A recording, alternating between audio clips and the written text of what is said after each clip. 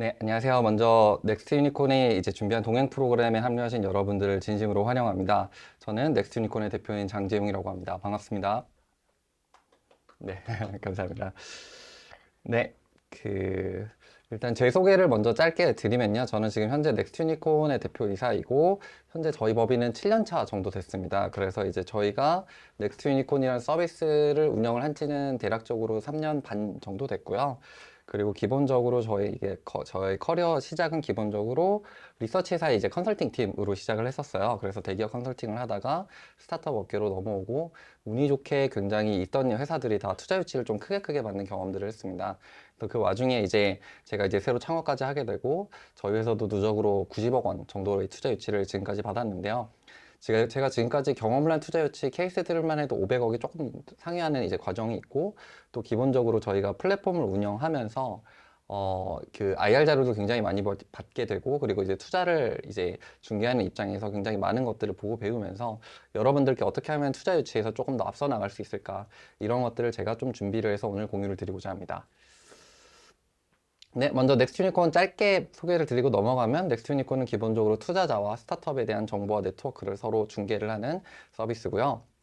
기본적으로 스타트업 16,000여 개, 사실은 실제로는 2만여 개 정도 되는 스타트업에 대한 정보를 제공합니다.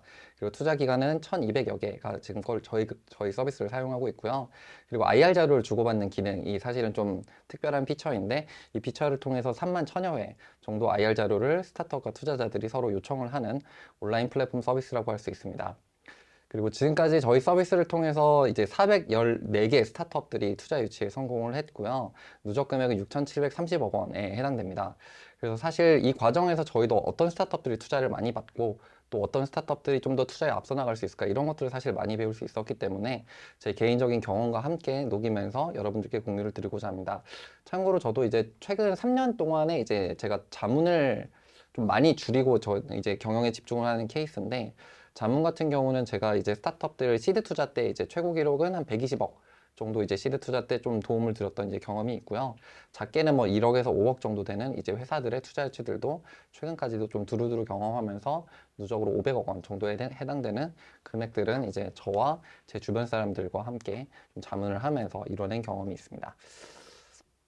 네, 먼저 IR 교육에 앞서서 또 한 말씀 드리고 또 이제 넘어가자면 일반적으로 이제 투자 유치 과정이 너무나 험난하다라는 거는 이제 사실 너무 잘 아실 것 같아요. 특히나 이제 그 기업을 운영한다는 입장 그리고 이제 IR을 이제 처음 시작한다는 입장으로 고민을 해보면 물론 이제 처음 IR을 할 때는 투자자를 내가 어떻게 찾고 만나고 우리의 기업 가치는 얼마로 설정하고 이런 것들부터 이제 스터디를 해야 되고 이게 심지어 익숙해지더라도 경영과 이제 동시에 하는 것들이 굉장히 어려울 뿐더러 다시 간만에 또 투자 유치 사이클로 돌아오게 되면은 또 다시 한번 스트레스도 받고 되게 어려움을 많이 겪으시게 되죠. 특히나 이제 뭐 시드 단계나 이제 엔젤 단계를 넘어서 이제 시리즈 투자로 갈 때부터는 또 난이도가 또 한 번씩 더 올라가기 때문에 일반적으로 투자 유치 과정이 굉장히 어렵고 특히나 험난하다라는 사실들은 사실은 뭐 여러분들뿐만 아니라 사실 모든 스타트업들이 공통적으로 생각할 내용 같습니다. 그렇다면 이제 저희가 좀 고민해 볼 내용이 투자를 받기 위해서 그럼 가장 중요한 것은 뭘까라고 하면은 사실 일반적으로 교과서적인 정답 중에 하나는 투자자의 이제 입장을 이해하고 고려하는 것이라고 이제 말을 할 수는 있을 것 같아요. 예를 들어서 스타트업 이제 10개한테 투자 유치를 왜 받으세요? 라고 물어보면 이제 표면적으로 이런 대답들을 많이 하세요. 시장을 선점하기 위해서, 뭐 경쟁사를 압도하기 위해서. 그런데 사실 10개 중에 9개는 실제로는 지금 당장 돈이 없어서이거든요. 실제로는. 그래서 이제 보통 언제까지 돈이 필요하시냐 그러면 뭐 다다음 달 제일 많이 나온 답변이 다다음 달이거든요. 그만큼 이제 런웨이가 급하기 때문에 짧고 급하기 때문에 투자 유치에 나서시는 경험들이 굉장히 많습니다. 그런데 사실 투자자의 입장에서는 스타트업이 돈이 급하다 이래서 사실 투자해 주지는 않죠. 내가 투자를 해주고 이제 다시 이제 그 투자 수익이 높을 거다 예상을 하기 때문에 이제 투자를 하는 경우일 텐데 그래서 일반적으로 투자 유치를 받기 위해서 제일 중요한 거는 투자자들이 우리 회사에 투자를 했을 때 당연히 이제 우리 회사는 성장을 하면서 너가 투자한 것들이 이제 더 큰 이윤이 돼서 너한테 돌아갈 거야. 이런 이제 사실 믿음을 심어주는 일이라고 표현을 합니다. 그러면 그런 믿음을 어떻게 심어줄 수 있을까요? 우리는 어떤 이제 애티튜드를 갖고 그 투자자를 대하고 IR 자료를 또 쓰는 마인드를 가져야 할까요? 제가 사실은 이제 굉장히 논리적인 대표님들도 많이 만나 뵙고, 그리고 이제 IR 자료 정말 잘 쓰시는 분들부터 정말 IR 자료 정말 한 번도 안 써보신 여러 대표님들까지도 보고, 서비스를 통해서 이제 3만여 개 IR이 이제 요청되는 과정들을 보면서 느꼈는데, 최근에는 좀 이제 제 고정관념을 좀 많이 깨게 된 게, 스타트업이 투자 유치를 받으려면 기본적으로 대표가 강렬한 자기 확신이 좀 있어야 되는구나 라는 걸 많이 느꼈습니다. 제가 왜 그렇게 느꼈냐면, 옛날에 제가 이제 뭐 유명한 회사들, 지금 유명한 회사들의 IR, 초기 IR 자료들을 예전에 많이 봤었는데, 그때 보면 사실 IR 자료가 굉장히 부족한데도 투자 유치를 잘 받는 회사들은 사실 많았거든요. 근데 최근에 이제 IR 자료 수준들도 굉장히 많이 올라가고 되게 잘 쓰시는데, 심지어 최근에 프로덕트도 없고 IR 자료도 없는데 제 주변에서 한 27억 정도 투자 받으신 대표님이 계시거든요. 근데 사실은 이 대표님은 딱 하시는 말씀이 그냥 정말 페이지에 딱 한 줄 써놓고 내가 왜 이 비즈니스를 하는지를 굉장히 논리정연하게 시장과 논리의 비즈니스 논리에 대해서 정말 설명을 잘 하시더라고요. 그래서 정말 투자자분들이 그 자리에서 거의 5억 정도가 바로 컨펌이 나고, 그 다음에 계속 기관들이 투자가 들어가더라고요. 근데 제가 재밌는 거는 이 투자자분한테 여쭤봤어요. 이 프로덕트 써보셨냐고. 아무도 써본 사람이 없었어요. 한 5개 정도 이제 투자 기관들이 결국 들어갔는데 아무도 제대로 써본 사람이 없고, 특히나 개인들은 정말 아예 써본 사람들이 없었습니다. 개인 투자자들은. 그래서 사실 왜 그럴까 보면 이분의 이제 강렬한 자기 확신이 너무 세니까 사람들이 이 사람의 인생에 사실은 베팅을 하는 거죠. 이 사람이 사업을 하는 거에 베팅을 하고 수익이 될 거라고. 그래서 사실 IR 자료를 잘 쓰고 이제 사업 성과가 좋은 게 사실 투자 유치에서 굉장히 유리하지만, 사실 제품이 없어도 이렇게도 할 수 있는 점들이 존재하는구나, 이런 것들을 최근에 많이 배우면서 결국에는 창업자 하기 나름이다. 그리고 창업자의 자신감이 정말 무엇보다도 중요하다. 이런 생각들을 정말 많이 하게 됐습니다. 자, 그럼 강렬한 자기 확신이 어디에서 올까라고 보면은 저는 크게 3가지 요소에서 이제 찾을 수 있을 것 같아요. 그래서 사업을 하는 이유와 사업 계획의 논리성과 그리고 뛰어난 사업 성과일 것 같습니다. 그런데 이제 뛰어난 사업 성과 같은 경우는 사실 초기 기업한테는 대체로 없는 지표예요. 왜냐하면 사실 사업을 시작한 지 얼마 안 됐는데 성과가 딱 나기가 정말 어렵거든요. 그래서 사실 이런 부분들은 정말 포장을 하기가 정말 어렵죠. 그래서 사실 뭐 뛰어난 사업 성과는 최대한 이제 갖출 수 있는 만큼 계속 이제 갖추되 업데이트를 하면서 결국 투자자한테 계속 이제 알려줄 수밖에 없겠죠. 그렇지만 이제 사업 계획의 논리성은 저희가 IR 자료를 이제 쓰는 방법들을 이제 스터디를 하면서 많이 올릴 수 있을 겁니다. 우리가 시장을 어떻게 바라보고 있고, 이 시장에서 문제를 어떻게 발견했으며, 이 문제를 어떻게 논리적으로 우리가 솔루션을 제공하면서 시장을 혁신할 것인지, 문제를 해결할 것인지, 이런 것들은 정말 충분하게 논리성을 갖출 수 있습니다. 그리고 약간 의외의 거는 이제 사업을 하는 이유인데요.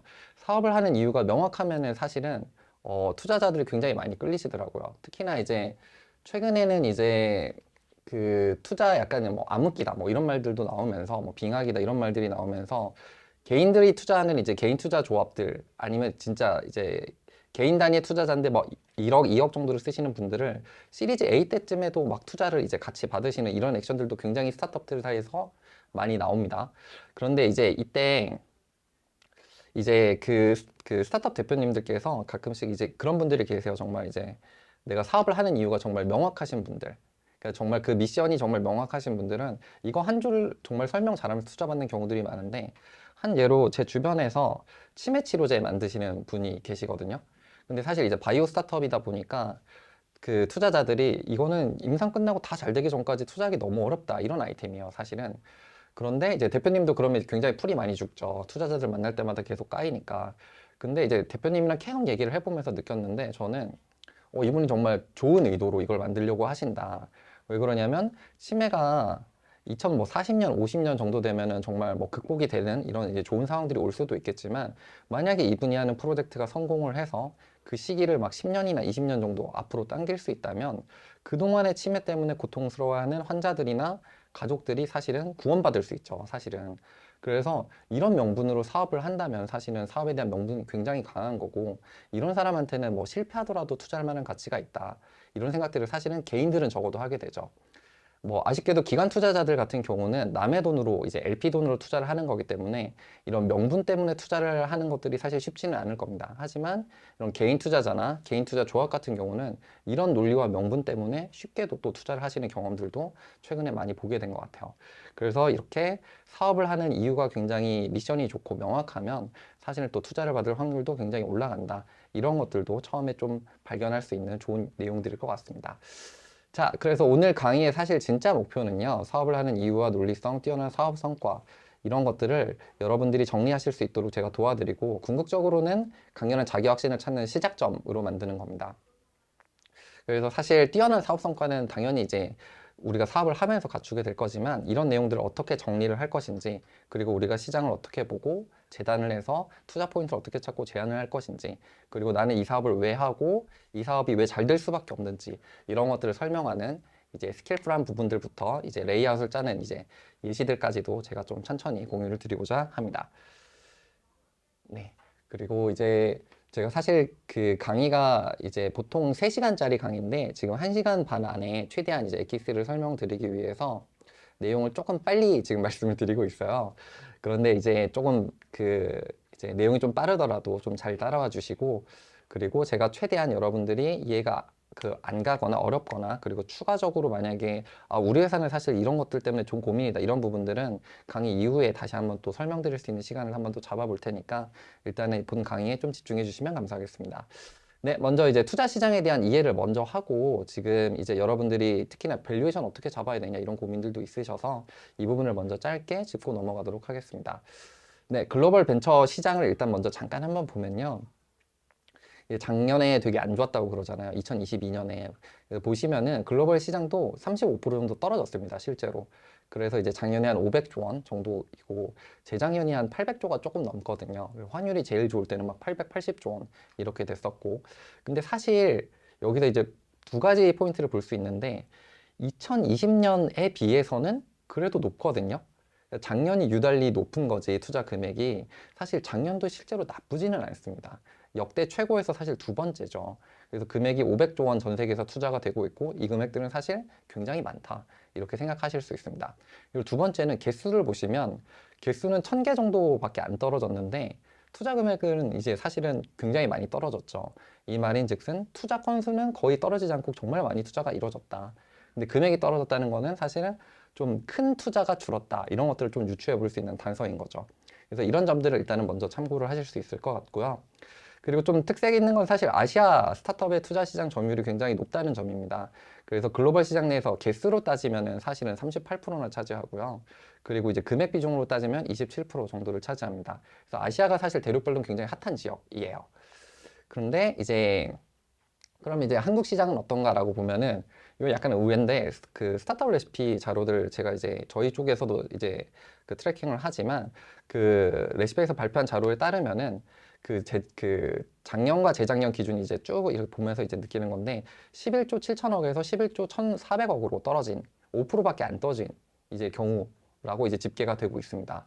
그리고 이제 투자 건수 오른쪽에 보시면 도리어 1.5배 도리어 증가를 했죠. 50% 가까이 증가를 했는데, 이거는 사실 글로벌 시장이랑 이제 트렌드 자체는 같은데 굉장히 좀 선방을 한 거죠. 그래서 왜 이런 일들이 있을까? 이제 작년 왜 전 세계가 35% 떨어질 때 왜 한국은 5%밖에 안 떨어진다라고 보면은, 일단 첫 번째로는 상반기에 정말 많이 투자가 이루어졌어요. 개수만 봐도 정말 상반기에 개수가 정말 많다, 시드 투자가 정말 많았다, 이런 것들을 좀 예상하실 수 있을 것 같고요. 두 번째는 이제 한국만의 좀 독특한 특색이죠. 이제 모태펀드. 모태펀드가 이제 정부의 자금이 이제 시장의 침체를 다소 커버한 영향이 있다, 이렇게 좀 이해를 해주시면 좋을 것 같습니다. 그래서 사실 앞서 말씀드린 것처럼, 네, 이제 그 투자 금액은 거의 안 줄었는데 투자 개수가 이렇게 늘었다는 거는 사실상 그 안에 작은 자금들이 굉장히 많이 투자가 됐다, 이렇게 이해를 하실 수 있겠죠. 그래서 이제 당연하게도 시드나 엔젤 단계 투자, 프리-A 투자, 그리고 좀 더 레이트 스테이지라도 시리즈 A 정도까지는 투자가 굉장히 활발하게 일어났다, 이런 것들을 말씀드릴 수 있을 것 같습니다. 그래서 투자 심사역 분들이 막 이제 하반기에는 우리는 이제 하반기에 좀 홀딩한다 딜들, 이렇게 표현을 정말 많이 하셨어요. 근데 이제 그래도 이제 시리즈 A 이전의 딜들은 정말 활발하게 그래도 많이 이루어졌다. 왜냐하면 그 앞으로 이제 스타트업 투자가 지금 밸류에이션이 낮아지면, 우리가 투자를 많이 해놓으면은, 지금 시기에 많이 해두면 나중에 많이 올라갈 거니까, 이렇게 생각할 수 있기 때문이죠. 그래서 그래프를 보면서 간단하게 이해를 해볼까요? 그러니까 밸류에이션과 이제 스타트업의 이제 스테이지를 이제 쭉 이렇게 간단하게 그냥 본다면, 이제 사실 그 노란색 부분이 이제 그 기업들이 이제 성장을 하면서 스테이지가 높아질수록 밸류에이션이 높아지는 그냥 기본 그래프를 노란색으로 이제 가정을 해본다면, 빨간색은 사실은 이제 경기 침체 이후에 러시아 우크라이나 사태나 그 세계적인 리세션 이후에 그래프가 좀 낮아진 거를 이제 임의로 표현을 해본 지표입니다. 그리고 사실 이 그래프를 보시면 맨 오른쪽에 이제 레이 스테이지를 보시면 굉장히 낙폭이 크죠. 그래서 막 70% 정도 밸류에이션이 깎이고 심지어 90% 깎이고 이런 회사들이 정말 많거든요. 그런데 이렇게 큰 투자들은 못하겠다. 근데 우리가 벤처 자금은 정말 많다. LP들한테 받아놓은 게 어딘가에 투자를 하고 성과를 내야 되는데 그럼 어디 투자할까? 가만히 계속 들고 있을 수만은 없는 거죠. 그럼 우리가 어디 투자할까? 그럼 초기로 갑니다. 초기에서는 밸류에이션이 떨어져 봤자거든요, 사실은. 심지어 더 올라가기까지 합니다. 그래서 작년 4분기까지 미국에서는 초기 투자가 도리어 11%가 증가를 했어요. 그러면서 이제 도리어 초반 딜에는 더 이제 좀 경쟁도 붙고 밸류에이션이 어떤 이제 섹션에서는 도리어 올라가는 경우들도 있었습니다. 그래서 이제 이 사실 뭐 주식 그래프도 비슷하고 부동산 그래프도 사실은 이렇게 침체 부분이 비슷한데 스타트업 쪽은 사실은 비상장 기업이다 보니까 밸류에이션 측면에서 이런 부분들을 좀 이해를 하시면은 일단은 이제 레이트 스테이지에서의 낙폭이 크고 우리 스테이지에서 사실 그 정도까지는 아니구나. 우리가 밸류에이션을 너무 깎진 않아도 되겠다. 아니면 투자 자금이 그래도 시중에 있으니까 우리한테까지 올 물량은 되겠다. 이런 것들은 쉽사리 예상을 하실 수 있을 것 같아요. 조금 더 이제 위안이 되는 말씀을 하나를 더 추가를 드리면 지금 글로벌 시장에서 2021년에 전 세계에 투자된 금액이 400조 원이거든요. 2021년에. 근데 미국 VC들이 들고 있는 현금만 400조 원입니다. 딱 전 세계에 투자될 수 있는 전 세계 1년치 물량만큼 현금을 미국 VC들이 지금 들고 있어요. 실제로. 그래서 미국 같은 경우에 정말 돈이 넘쳐서 정말 이제 1년치를 미국 안에서만 다 뿌릴 수 있는 돈이 있고 전 세계적으로는 그 이상의 돈들이 실제로 존재하고요. 그래서 정리를 하자면 시장에 돈은 굉장히 많고 큰 투자는 굉장히 보수적으로 꺼리지만 초반에 투자를 이제 받고자 하는 기업들 같은 경우는 그렇게까지 스트레스 받지 않고 안심하셔도 된다. 이런 말씀을 정리를 해드릴 수 있을 것 같습니다. 자, 그럼 우리는 전략적으로 어떻게 해야 될까요? 그러면 크게 이제 상반기에는 자금 확보랑 이제 하반기에는 기업 가치 상승에 집중을 하는 게 기본적으로 좋은 전략이 될 텐데요. 일단은 이제 기본적으로 아시기에는 뭐 시드나 엔젤 단계는 엔젤 투자자를 만나고 엑셀러레이터를 만나고 뭐 이런 것들을 생각을 하시고 시리즈 A 때부터는 기관 투자자 만나고 이런 것들 익숙하시겠지만 그 올해 상반기에는 자금 확보라는 기준 하에서는 하실 수 있는 건 그냥 다 하시면 된다고 보시면 됩니다. 그래서 이제 뭐 엔젤 투자도 좋고 최근에는 뭐 이제 뭐 예를 들어서 이제 시리즈 A 때 30억 투자 유치하실 때 뭐 기관 투자자 2명이 이제 뭐 10억씩 해서 룸이 10억이 남는데 개인들이 모여서 그 룸을 채운다든지 개인 투자조 형태로 이런 일들도 빈번하게 있거든요. 그리고 이제 뭐 개인이 뭐 5억을 쓴다든 투자를 한다든 이런 경우들도 있고요. 그래서 사실 그 투자 단계별로 뭐 어떤 액션을 해야 되는데 이런 거에 갇힐 필요 없이 사실은 자금을 갖고 있는 모든 수단을 총동원해서 이제 전략적으로 접근을 하셔야 됩니다. 그리고 이제 당연하게도 이제 R&D 자금이나 이런 것들도 굉장히 열심히 좀 상반기에 좀 찾으시려고 노력도 해야 되겠죠. 근데 이제 투자적인 차원에서 봤을 때는 그러면 상반기에는 사실 좀 좋은 전략 중에 하나는 밸류를 상대적으로 조금 낮추고 빠르게 현금을 확보하는 데 주력하는 게 좋습니다. 예를 들어서 우리가 기관 투자자들한테 하반기에 뭐 한 300억 밸류로 투자를 유치할 수 있을 것 같다라는 가정이 있다고 치면은 그 전에 이제 뭐 개인 투자 조합이나 엑셀러레이터나 마이크로 VC나 주변 사람들한테 더 낮은 밸류로 지금 현금을 이제 투자를 해주면 우리가 더 낮은 밸류로 미리 투자할 수 있는 기회를 유일하게 한번 제공하겠다. 이런 식으로 이제 말씀을 하실 수 있는 게 좋은 전략이 되겠죠. 그리고 하반기에는 당연하게 밸류 높여서 큰 규모의 투자를 받으면 좋을 텐데 특히나 이제 사세가 좋은 이제 회사 이제 성장세가 좋은 팀들 같은 경우는 상반기에는 어떻게든 버티고 이제 하반기에 투자를 받으라는 말씀을 많이 들으실 거예요. 근데 이제 사실 뭐 그런 조언들도 굉장히 많이 받으시고 특히나 이제 재작년에 장이 좋을 때 상반기에서 브릿지 받고 하반기에서 큰 투자 받고 이게 사실 트렌드였거든요. 근데 이제 올해는 그냥 버텨서 하반기에 큰 투자 한번 받아라 아니면 내년에 받아라 이런 얘기를 진짜 많이 하시는데 저는 개인적으로는 반대긴 합니다.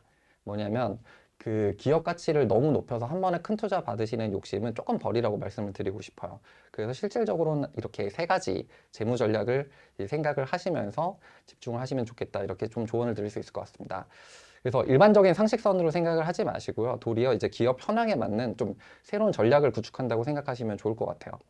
첫 번째로는 생존과 성장 자금 확보를 위해서 정말 세 가지에 다 집중한다. 매출 향상과 비용 절감과 투자 유치. 특히나 이제 보수적으로 많이들 생각하시는 게 도리어 이제 매출 향상이나 비용 절감에 대해서 도리어 보수적으로 생각들을 굉장히 많이 하세요. 그런데 이제 투자 유치로 사실은 자금이 없는 걸 역전하려는 게 사실은 도리어 제일 어려운 거거든요. 도리어 우리 회사가 뭐 외주를 하든 아니면 R&D를 하든 뭔가 어떤 액션들을 통해서 최소한이라도 이제 매출 낼 만한 노력들을 이제 좀 기울이는 게 좋고요. 그리고 줄일 수 있는 비용들은 모두 사실은 줄이는 게 굉장히 좋습니다. 그리고 이제 가용현금 확보를 위한 폭넓은 투자 타겟 설정. 이거는 제가 아까 말씀드린 기관 투자 단계여도 뭐 시리즈 A다 우리는 B다 이래도 엔젤 투자자까지 찾는 노력이 필요합니다. 실제로 최근에 스타트업들한테 나는 뭐 5억 투자하겠다, 뭐 3억 투자하겠다 이러신 개인들도 정말 많거든요. 근데 이런 분들을 개인 투자 조합 형태로 묶으면 뭐 정말 5억, 10억 이렇게도 투자 유치를 기본적으로 할 수도 있고, 그리고 이제 개인들은 확실히 기관들보다는 덜 깐깐합니다. 그래서 그런 점에서도 좀 빠른 현금 확보를 할 수 있는 좋은 장점이 있고요. 그리고 이제 마지막이 이제 과감한 지분 희석인데, 사실 제가 이제 스타트업 대표님들한테 많이 여쭤보면은 첫 투자에서 지분을 이제 그 현금을 좀 이제 준다고 할 때, 투자를 좀 한다고 그 누군가 투자를 이제 제안을 했을 때 지분을 몇 프로까지 희석할 수 있냐라고 물어보면 평균적으로 나오는 대답이 대부분 10%세요. 고민을 엄청 하시다가 10% 이렇게 대답을 하시는데, 사실은 그러면 이제 도리어 이제 역으로 한번 생각을 해보죠. 미국 쪽에서 IPO까지 가서 성공한 기업들은 대표가 라운드별로 몇 프로를 희석했고 마지막에 몇 프로를 들고 있었을까를 딱 보면요. 평균적으로 라운드별로 희석하는 이제 지분 비중이 20%가 넘습니다. 21%, 뭐 24%막 이런 식이에요. 그러니까 미국의 특징은 크게 희석하는 걸 두려워하지 않고 대신에 돈을 많이 받는 거를 선호를 하고요. 돈을 많이 받고 다음 단계로 성장을 빨리 하거나 더 크게 가고 또 희석하고 또 크게 가고 이런 거고, 그리고 마지막에는 이제 그 대표의 지분이 14% 정도 평균적으로 들고 있습니다. 근데 한국은 사실은 이러기가 조금 어려운 게, 사실은 이제 미국 같은 경우에는 이제 차등 의결권이 이제 주식에 이제 존재하니까 내가 주식 수가 적어도 의결권이 뭐 일반 주주보다 4배가 있을 수도 있고 이런 식으로 설정할 수 있는데, 사실 이게 국내에서는 이제 어려우니까 이제 이거를 할 수는 없을 거고, 하지만 그래도 이제 30%대까지는 이제 그 상장 전까지 뭐 35% 선까지는 충분하게 지분 희석을 두려워하지 않고 자금을 끌어들이는데 사실은 집중을 하시는 게 조금 더 회사 차원에서는 좋고요. 특히나 이제 한국에만 있는 이제 팁스라는 제도를 생각해 봤을 때 100억 밸류에 뭐 한 7, 8억 투자 받는 것보다 사실은 30억 밸류에 팁스 타는 게 지분 이석은 똑같은데 현금은 더 많고 이런 결과로 이어지는 경우가 굉장히 많거든요. 그래서 사실 이런 것들, 팁스라는 것들도 고려하고 결국에는 이제 우리가 계단식으로 성장을 하면서 이제 중간에 우리가 모멘텀을 계속 만들어 나간다 이렇게 생각을 하시고, 지분 이석을 이제 너무 이제 보수적으로 보지 마시고 계속 연달아 투자를 받는 습관을 들이시는 것이 굉장히 좋습니다. 참고로 제 주변에서 이제 한 팀이 그 회사가 굉장히 성장세가 좋았는데 한 그 N사에서 한 100억 정도 투자 유치를 이제 한 재작년에 이제 한 팀이 있어요. 근데 이제 영업이익이 한 10억 정도 나는데 이제 한 100억을 딱 투자받고 나서 이번 투자 유치 이제 소회가 어떻냐고 물어보니까, 사실 우리 회사가 그냥 지금 상태로 쭉 간다 그러면 1년에 영업이익이 10억씩 남을 건데 10년 동안 고생해서 벌 돈을 그냥 한순간에 이제 땡겼으니까 이걸 기반으로 더 크게 빨리 성장하면 좋겠지라고 이렇게 말을 해주더라고요. 사실 그래서 이런 개념으로 우리가 지금 현재 벌 수 있는 돈들을 그 합치더라도 이제 만약에 투자금을 통해서 그 미래 가치를 더 빨리 앞당길 수 있다면 이런 부분에서는 지분을 내어주고 빠른 미래를 가져오는 게 낫다. 이런 점들을 다시 한번 공유 드릴 수 있을 것 같습니다. 자, 그러면은 이제 본격적으로 이제 IR 작성 방법에 대해서 제가 강의를 드릴 건데요. 내용이 조금 어려운 부분도 있는데 좀 쉽게 최대한 설명을 드려보면서 진행을 해볼게요. 그래서 이제 시리즈 A까지는 사실은 저는 개인적으로는 시드부터 뭐 엔젤도 마찬가지고 시리즈 A까지는 사실 글로벌 VC인 이제 세콰이어 캐피탈이 제시한 10가지 항목을 정말 충실하게 작성하는 것만으로도 투자는 된다. 저는 이렇게 봅니다. 정말 이 10가지 항목들을 정말 잘 설정을 했고요. 그리고 이제 다른 이제 VC들이 제시하는 이제 항목들도 사실 여기에서 거의 벗어나는 게 잘 없습니다. 그래서 뭐 세콰이어 캐피탈이 전 세계에서 이제 미국 창업자들이 이제 투자받고 싶은 회사를 이제 기준을 VC 중에서는 한 30 몇 위 정도 되는데, 사실은 되게 좋은 투자자로서 되게 유명하기도 하고, 그래서 이들이 내세운 기준들이 좀 전 세계로 많이 퍼져 있기 때문에 웬만하면 이 기준들을 좀 이제 저희가 충실하게 채우면 기본적으로 좋은 IR 자료가 될 수 있고, 국내 이제 투자 심사학 분들도 이 내용들이 굉장히 익숙합니다. 다만 이제 뭐 네 번째 같은 이제 와이나우 같은 경우는 이제 한국에서 대체로 안 쓰는 경향들이 굉장히 많은데요. 최근에는 또 이제 쓰시는 내용들도 있고 경우들도 있고, 그리고 저희가 잘 쓸 수 있다면 사실은 쓰는 게 굉장히 좋다고 생각을 합니다. 자, 그러면 이제 10가지 항목을 적을 때 주의할 점은 뭐가 있을까요? 그래서 이제 제가 IR 자료 컨설팅이나 이제 자문을 가끔씩 하다 보면은 진짜 막 시드나 엔젤 단계인데도 막 4, 50장 준비하시는 팀도 있고 막 시리즈 A인데 막 진짜 내용 진짜 어펜딕스까지 7, 80장 하시는 팀들도 봤거든요. 근데 저희는 시리즈 A까지 30장 넘길 이유가 사실 거의 없다고 봅니다. 그래서 이제 어펜딕스를 포함해도 이제 시리즈 A 정도까지는 15장, 25장 정도가 적합하고 특히나 좀 어펜딕스로 소화할 게 많다면은 그래도 한 35장 정도까지는 좀 납득을 할 수 있을 것 같습니다. 다만 이제 메인 페이지들은 사실은 저는 20장 이내로 오는 게 굉장히 중요하다고 보고요. 그리고 페이지는 사실 250자, 400자 수준이 적합합니다. 실제로 텍스트를 정말 많이 쓰고 싶은 욕심이 드실 텐데요. 특히나 이제 우리 사업에 대한 특징을 이제 투자 심사역한테 다 설명을 해야 된다라는 강박이 있으셔서 그렇거든요. 근데 그런 것들보다는 이제 핵심적인 내용들을 빠르게 살펴볼 수 있도록 설계를 한다라는 것들에 집중을 하시면 좋겠습니다. 그리고 마지막인데 이거는 이제 다른 데서 잘 안 얘기하는 내용인데 최신 트렌드를 좀 반영을 하자면 강점을 무조건 초반에 제시하는 게 굉장히 중요해졌습니다. 그래서 기존 순서는 이제 뭐 프로블럼, 솔루션, 그 다음에 이제 뭐 why now 이런 식으로 이제 뭐 프로타입 뭐 이런 식으로 해서 쭉 나오는 일반적인 순서라는 게 있는데 회사의 강점은 이제 사실 초반에 제시하는 게 최근 트렌드거든요. 근데 그 이유가 뭘까라고 생각을 해보면 이런 점들을 이제 공유 드릴 수 있을 것 같아요. 왜 회사의 강점을 초반 IR 자료에 배치를 해야 될까라고 보면은 요 세 가지 퀴즈에 대한 이제 정답을 고민해 보면 그 해답을 쉽게 찾을 수 있습니다. 첫 번째 퀴즈, 투자 심사역들은 1년에 몇 개의 IR 자료를 검토할까? 두 번째 퀴즈, 투자 심사역들은 IR 자료를 평균적으로 몇 분을 살펴볼까? 마지막 퀴즈, 투자 심사역들은 한 개의 투자 결정을 내릴 때까지 몇 개의 IR을 검토할까? 정답을 한 번에 공유해 드리면요.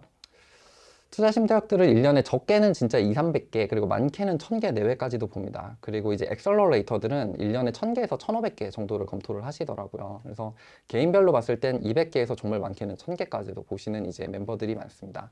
그리고 이렇게 많은 자료를 보려면 당연히 적은 시간을 들여서 보게 되겠죠. 그래서 평균적으로 봤을 때 뭐 여러 통계가 있지만 2분 50초, 그러니까 늦어도 3분, 최소한 3분 이상은 잘 안 보더라, 평균적으로. 이런 통계들이 대부분 지배적입니다.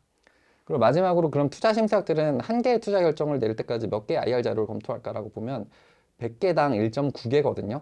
그러니까 50개를 살펴보고 한 개를 투자할까 말까라고 보시면 됩니다. 그만큼 정말 많은 자료들을 보고 많이 거른다는 얘기죠. 그래서 심사역 입장에서 보면은 IR 자료를 너무 많이 보고 정말 그 노이로제 걸릴 만큼 계속 들어오고 계속 보고 자기가 딜하지 않은 것들까지 이제 보게 되는 경우를 정말 많이 겪는데 이런 자료들을 짧게 보다 보니까 핵심적인 내용이 이제 좀 후킹해야 되고, 속된 말로 후킹하고 눈에 띄어야 되고, 그런 내용들이 초반에 있어야 당연히 이제 호기심을 자극하고 내용을 조금 더 그 적극적으로 읽어볼 확률이 높아지거든요. 그래서 이제 이런 점들을 생각을 해봤을 때 강점을 초반에 배치해야 된다. 이런 점들을 공유 드릴 수 있겠습니다. 그러면은 이제 뭐 어떤 강점을 예를 들어 초반에 배치할 수 있는가라고 보면은 예를 들어서 뭐 세콰이어 캐피탈 덱에 보면 팀이 굉장히 이제 8번째 항목에 가 있죠. 하지만 예를 들어 팀이 뭐 박사급 인력들이 많다, 경력자들이 많다. 그러면 컴퍼니 퍼포즈, 우리는 뭐 하는 회사인데 이런 인력들이 이 일을 하려고 모였다 하고 첫 번째 페이지 그냥 여는 게 맞습니다. 그리고 우리는 초기지만 매출이 시작부터 갑자기 몇 천만 원씩 나면서 시작했다. 그럼 매출을 그냥 컴퍼니 퍼포스와 함께 처음에 서머리된 정보에서 제공을 하는 게 낫습니다. 그런 것처럼 강점은 무조건 초반으로 넘긴다. 이렇게 생각을 하시면 제일 좋겠습니다. 자, 그러면 이제 본격적으로 각 항목당 이제 IR 자료를 작성하는 방법들에서 공유를 드릴 건데요. 내용이 조금 어려우신 부분들도 있거든요. 근데 그래도 그런 부분들까지 좀 쉽게 설명을 드려보겠습니다. 자, 그 세콰이어 캐피탈 덱에 따르면 이제 제일 먼저 쓰라는 건 컴퍼니 퍼포스죠. 근데 이제 만약에 우리 회사의 그 컴퍼니 퍼포스에서 기본적으로 쓰는 건 회사의 존재 이유는 사실 미션이거든요. 우리 회사는 어떤 미션을 달성하기 위해서 이제 어떤 이제 사회적인 가치를 추구하기 위해서 문제를 해결하기 위해서 회사가 창업되었다. 이렇게 쓰는 건데 사실 여기서 조금 더 구체적으로 뭐 혁신하기 위해서 뭐 하기 위해서 이런 단어보다는 사실은 우리는 그 조금 더 디테일하게 뭐 예를 들어서 이제 스타트업에 대한 데이터베이스를 온라인으로 제공하는 회사입니다. 이런 식으로 조금 더 정확하게 어떤 일을 하는지 보여주는 게 좋습니다. 사실 이제 세콰이어 캐피탈 덱에선 존재 이유를 써라 이러면은 조금 추상적인 거를 이제 쓰라는 이제 권유로 들리는데 실제로 문제는 그걸 딱 봤을 때는 멋있게는 보이지만 뭐 하는 회사인지 이해는 가진 않거든요. 그래서 예를 들어서 우리는 뭐 양돈 업계를 혁신하는 회사다 이러면 보기는 좋겠지만 양돈 업계를 뭐 어떻게 한다는 거지? 이런 의문점을 갖고 자료를 보게 되니까요. 그래서 이제 회사가 어떤 목적을 갖고 무슨 사업을 하는지를 명확하게 먼저 정의를 하는 게 중요하고요. 그리고 일반적인 경우들은 역시나 당연히 서비스 이미지나 이제 그 제품 이미지를 활용을 하게 되는 것 같습니다. 그리고 이제 사업이나 이제 그 서비스에 대한 이제 핵심 지표들 하나, 둘, 셋 정도는 이제 기재를 하면 굉장히 좋겠죠. 그래서 보통 이제 이런 레이아웃으로 정하면 굉장히 좀 편한 것 같고요. 앞서 말씀드린 것처럼 우리 회사 매출이 좋다. 그럼 핵심 지표에 매출을 먼저 끌어올려서 쓰는 것들도 굉장히 좋을 거고, 우리는 아직 매출이 없지만 팀원들이 굉장히 좋다. 그러면은 우리는 어떤 일을 하려고 모였고 서비스 이미지 보여주면서 이런 서비스를 만들어가고 있는데 이런 팀들이 모였다고 팀원들 설명으로 바로 넘어가면서 컴퍼니 퍼포스를 정리하는 것도 추천을 드릴 수 있을 것 같습니다. 자, 그러면 컴퍼니 퍼포스를 넘어서 그런 프로블럼 쪽은 어떻게 제공을 해야 되냐? 그 전에 이제 하나 말씀드린 건 일반적으로 이제 그 글로벌 트렌드 중에 하나가 그 스타트업들이 제공하는 서비스는 크게 두 가지 이제 항목이 있다고 그러죠. 이제 페인킬러 서비스, 문제가 있고 해결하는 이제 서비스들, 솔루션 같은 것들. 두 번째는 이제 비타민 서비스, 바이타민 서비스인데 좀 그 유저들을 좀 재밌게 해주는 서비스들인 거죠. 근데 이제 벤처 캐피탈의 트렌드는 이제는 페인킬러한테 그냥 투자해야 된다. 문제가 명확하고 이걸 해결하는 쪽이 어떻게 해결을 하고 있고 이걸 우리가 측정하고 그 투자했을 때 가치가 얼마나 될지 예상하기 쉽겠다. 사람들이 즐거워하는 서비스는 우리가 투자했을 때 어떤 가치를 얼마나 이제 리턴을 할 수 있을지 계산이 너무 어렵다. 이런 식으로 생각을 많이 하거든요. 그래서 일단 기본적으로 그래서 이제 대개도 프로블럼 솔루션으로 써라. 이런 것들이 이제 논리적으로 VC들이 요청하는 항목들이 되는 건데 만약에 우리 서비스는 비타민 서비스다. 그러면 프로블럼 솔루션으로 가실 필요는 없습니다. 예를 들어서 우리는 뭐 게임을 만드는 회사인데 우리가 그 어떤 이제 장르나 아니면 어떤 영역에서 게임을 만들고 있고 이런 이제 포트폴리오 게임들을 갖고 있고 어떤 성과들을 내고 있다. 이런 걸로 이제 시작을 할 수도 있겠죠. 그래서 프로블럼 솔루션에 대한 너무 강박을 가지실 필요는 없고 분야마다 다만 가능하다면 벤처 캐피탈이 좋아하는 프로블럼 솔루션 기반으로 IR 덱을 작성하시면 좋습니다. 그럼 프로블럼에 뭐를 써야 되는가라고 보면 기본적으로 시장에 존재하거나 이제 당신의 고객이 겪고 있는 문제점이 뭐냐를 한 줄로 깔끔하게 쓰는 거죠. 그럼 그 하단에는 뭘 해야 되는가? 시장 현황 플러스 문제를 분석해서 제시하거나 피해 규모를 수치화해서 보여주거나 기존 솔루션들이 해결하지 못하는 이유를 알려주는 겁니다. 그래서 이제 간단한 레이아웃 방법은 이게 있죠. 문제 A와 B와 C가 있다. 어떤 맥락에서 이런 문제들이 시장에서 발생하고 있다. 이렇게 보여주는 방법이 일단 하나가 있을 거고요. 자, 그리고 두 번째는 이제 시장 배경에 대해서 맥락을 설명하고 근데 이제 문제가 있고 피해 규모가 얼마다 이런 식으로 이제 서술하는 방법들도 있을 것 같습니다. 자, 그럼 이제 예를 한번 들어볼까요? 제가 이제 최근에 이제 만난 기업인데 그 굴껍데기라는 이제 문제를 해결하는 팀이에요. 그 대한민국이 굴 생산량이 전 세계 2위인데 굴껍데기 쓰레기가 이제 당연히 생산량이 많으니까 매년 증가하는 거죠. 그래서 통영 같은 데 보면 정말 산처럼 막 쌓여 있거든요. 근데 이게 연간 최소 100만 톤의 쓰레기로 발생한다라는 피해 규모를 이제 서술하면서 시작할 수 있다. 이런 식으로 이제 시장 배경, 문제, 피해 규모 이런 식으로 깔끔하게 서술할 수도 있을 것 같습니다. 자, 그럼 또 다른 방법은 뭐가 있을까요? 이제 시장 통계 같은 이제 그래프나 지표들을 보여주고 그다음에 문제 1, 2, 3 등을 이제 배치하는 방법들도 있을 것 같습니다. 이런 시장의 크기가 있고 엄청 성장을 하고 있는데 이 시장에서 1, 2, 3 같은 문제들이 있다. 또는 솔루션이 1, 2, 3이 있는데 이런 것들은 사실 어떤 한계 때문에 문제를 해결해 주지 못하고 있다.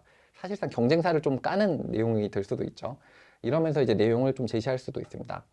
여기서 포커스는 사실은 이제 시장의 문제가 시장 배경에 대해서 기본적으로 이제 투자 심사역들이 이해가 되고 그 다음에 시장 문제에 대해서 명확하게 인지를 하는 겁니다. 그래서 사실 그 심사역 분들한테 대충 설명해도 알아듣겠지 아니면 대충 설명해도 이제 알아듣는 분들이 많더라 이런 특히나 시장에 대한 경우는 그런 경우가 많은데요. 실제로 투자 심사역 분들이 정말 많은 이제 분야를 보고 시장을 이제 살펴보기 때문에 사실은 파이낸스에 대한 이제 전문가인 거지 시장에 대한 또 전문가는 아니거든요. 그래서 이 부분에 대해서는 결국에는 대표님이 어떻게 설명하느냐에 따라서 내용이 많이 갈립니다. 그리고 이제 투자 심사역들 이해가 굉장히 갈리게 되죠. 그래서 이 부분에 대해서 정말 깔끔하게 설명을 하고 일단 우리가 보기엔 문제가 이거다. 이런 것들을 정말 논리정연하게 깔끔하게 푸는데 집중을 하시는 게 굉장히 중요합니다. 자, 그럼 이제 솔루션 페이지로 넘어가 볼까요? 그럼 이제 문제 해결을 위한 당신의 해결책은 무엇인가를 이제 써봐라 라는 내용이죠. 그래서 이제 여기는 그러면 이제 어떻게 해결할 수 있는가라고 보면 크게 이제 두 가지 이제 항목을 이제 두 가지 레이아웃을 써먹을 수 있고, 그리고 이제 한 가지 더 연결되는 이제 논리 구조를 잡을 수 있습니다. 그래서 첫 번째로는 이제 문제에 대응하는 아이디어를 제시하거나 비즈니스 모델 구조화를 통해서 설명을 하는 겁니다. 예를 들어 보면 아까 말씀드린 것처럼 문제가 ABC가 있었는데 아이디어 ABC로 이제 문제를 해결할 수 있을 것 같다. 이런 이제 대치되는 개념으로 이제 아이디어를 제시할 수도 있을 거고요. 반대로 이제 비즈니스 모델. 우리는 공급자와 수요자를 연결을 하면서 솔루션을 제공하면 이 시장 문제를 해결할 수 있다고 판단했다. 이런 식으로 설명할 수도 있겠죠. 그래서 이런 부분들을 이제 솔루션이 이제 기본적으로 이제 먼저 그 구조를 설명을 하시는 게 기본적으로 좋은 전개 방법이라고 할 수 있습니다. 그리고 그 다음에는 제품이나 서비스 이미지를 제시한 다음에 핵심 지표랑 성과를 같이 공유해주면 굉장히 좋은데요. 핵심 성과에 대한 부분은 조금 이따가 다시 한번 설명을 드릴게요. 특히나 이때는 뭐 프로토타입이나 아니면 이제 서비스에 대한 이미지 보여주고 핵심 성과를 쓰는데, 핵심 성과도 사실 또 뭘로 정하느냐에 따라서 굉장히 내용이 달라집니다. 자, 근데 이제 예시를 일단은 다시 한번 들어드리면서 이제 좀 전개를 해볼게요. 아까 말씀드렸던 이제 기업의 시장 배경 문제, 피해 규모 이런 이제 예시가 있습니다. 그래서 이제 굴껍데기 쓰레기가 연간 최소 100만 톤씩 발생하고 있다. 이런 문제를 제시했죠. 그럼 솔루션이 뭐냐 했더니 이 회사는요, 굴껍데기라는 쓰레기랑 그 다음에 이제 황산, 염산 등을 만들면서 생기는 폐기산이라는 또 이제 쓰레기가 또 있어요. 이거 두 개를 합친 다음에 자기네들이 만든 용액이 있어요. 기술로. 이걸 세 개를 섞으면 염화칼슘 제설제가 되는 솔루션을 우리가 개발하는 회사다. 그래서 사실은 이제 굴껍데기를 우리가 리사이클링하는 회사고, 심지어 굴껍데기가 이제 100개가 있으면 100이라는 이제 양이 있으면 90% 정도가 실제로 염화칼슘으로 이제 전환되면서 되게 높은 이제 전환율을 보여준다고 합니다. 그래서 이런 식으로 우리가 문제를 해결하고 있다. 이런 식으로 설명할 수 있겠죠. 자, 그리고 이제 자사의 기술은 뭐 사회적 쓰레기를 한 번에 처리한다는 점과 뭐 재활용 비중이 90% 상회한다는 차별점을 갖고 있다. 굴껍데기 재활용 비중 90% 이상, 뭐 5개의 고객사를 확보했고 작년 매출은 첫 매출인데 뭐 몇 억 났다. 이런 식으로 이제 부연 설명을 쓸 수 있겠죠. 그래서 사실 제품 이미지랑 이제 핵심 성과는 이제 이런 식으로 전개를 하면 될 텐데, 이제 그러면 이제 고민 포인트가 이게 될 거예요. 서비스 이미지는 내가 제안을 할 수 있다. 그러면 핵심 성과는 뭘 제공을 해야 되지? 라는 이제 고민을 사실 해볼 수 있습니다. 자, 그럼 이제 핵심 지표는 뭘까라고 생각을 해보면 아주 쉽게 그냥 풀어보면 투자자한테 이렇게 설명한다고 생각하시면 좋을 것 같아요. 내가 하고 있는 사업은 이 지표 3개, 이 지표 5개만 보면 잘 될지 안 될지 알 수 있다 라고 말하는 걸로 선정을 하시면 됩니다. 근데 문제는 이게 굉장히 논리적이어야 돼요. 예를 들어서 이제 뭐가 있을까요? 뭐 이커머스인데, 이커머스면 당연히 뭐 매출도 중요하고 이러겠지만, 뭐 예를 들어서 우리는 이제 뭐 MAU가 굉장히 중요하다, MAU에 집중한다라고 하면 심사위원 머릿속에 이럴 거예요. 그 먼슬리 액티브 유저가 왜 중요하지? 결국에 물건 사는 사람들의 양과 그 금액이 중요한 거 아닌가? 이런 생각으로 귀결되게 되죠. 그래서 뭐 당연히 방문자가 많으면 당연히 좋은 거지만 그거보다 중요한 건 매출이랑 실제 유료 고객 수 아닌가? 이런 식으로 생각을 하게 되겠죠. 그래서 올바른 핵심 지표를 잡아서 이 핵심 지표 3개만 보면 우리 회사 잘 되는지 안 되는지 볼 수 있는데, 이 3개를 우리가 열심히 관리해서 이렇게 성장시키고 있다. 이거를 서비스 이미지나 제품 이미지와 함께 초반에 설명을 잘하는 게 굉장히 중요합니다. 자, 그러면 이제 넷플릭스 같은 구독 모델을 가진 서비스, 예를 들어 최근에 정기 결제 서비스가 굉장히 많아져서 이제 이런 서비스들은 뭐를 핵심 지표로 삼을 수 있을까라고 보면은 이거는 사실 미국 개념이긴 한데 ARR과 ARR에 대한 그로스, 철레이트 3개만 강조해도 무방합니다. 이 용어가 조금 어려운데요. ARR은 뭐냐면 우리가 이제 넷플릭스 같은 경우는 정기 결제를 하죠. 먼슬리로. 먼슬리 리커링 레비뉴라고 이거를 얘기하는데, 월간 반복 결제 수입이라고 합니다. 월간 반복 매출이라고 하는데, 이거를 곱하기 12에서 1년치로 하시면 이제 ARR인 거예요. Annual Recurring Revenue. 그래서 고객 한 명이 이제 1년 동안 얼마를 내는데 이 고객 수가 몇 명이 되니까 이제 ARR은 예를 들어서 1억이다 이러면은 이 기업은 1년 결제되는 금액이 1억인데 그러면 내년에도 해지가 없고 내후년에도 해지가 없으면 5년 후에는 누적으로 5억을 벌겠구나, 이런 식으로 예상을 할 수 있는 거죠. 그러면 이렇게 결제하는 사람들이 얼마나 증가를 하고 있는가, 그럼 그 그로스도 당연히 중요하겠죠. 그리고 반대로 몇 프로가 이탈을 하고 있는가, 이것도 중요할 거고요. 그런데 이거 3가지만 보면은 5년 후가 예상이 되거든요. 예를 들어서 1년에 한 10억씩 버는데 그 해마다 이제 구독자가 2배로 뜨고 있는데 이탈률은 5%밖에 안 된다. 그럼 곱하기 2씩 하면서 곱하기 0.95를 계속 이제 번갈아서 하면 5년 후의 모습이 예상이 가는 거죠. 사실은 그래서 이제 그 사스 서비스들이 이제 보통 구독 모델을 쓰는 경우들이 굉장히 많고, 이제 반복이나 정기 결제하는 서비스들은 이제 미국 같은 경우는 이 세 가지 지표를 굉장히 열심히 보고, 이 세 가지 지표들만 좋으면은 사실상 거의 프리패스로 투자를 하는 경우도 굉장히 많이 늘어났습니다. 그리고 사실 어느 수준까지 되냐면, 이제 미국의 이제 그 증권사들이 이제 주식 하시는 분들은 이제 퀀트 투자에 대해서 많이 아실 텐데, 데이터 보고 이제 자동 투자하는 방식들이라고 보시면 되는데, 비상장 기업들은 사실 그런 식으로 투자하기가 쉽진 않죠. 근데 이제 미국에서는 심지어 이런 시도들도 있어요. 뭐 인도에 있는 사스 기업들한테 ARR 그로스, 천레이트 이거 세 개가 좋으면 그냥 묻지마 3억 투자한다. 이런 펀드를 300억짜리를 만들어 놓고 전 세계에서 데이터 수집해서 그냥 투자하겠다고 바로 연락하는 이런 펀드들도 있습니다. 그 월드 컨트 펀드 라는 곳에서 이제 이거를 실제로 합니다.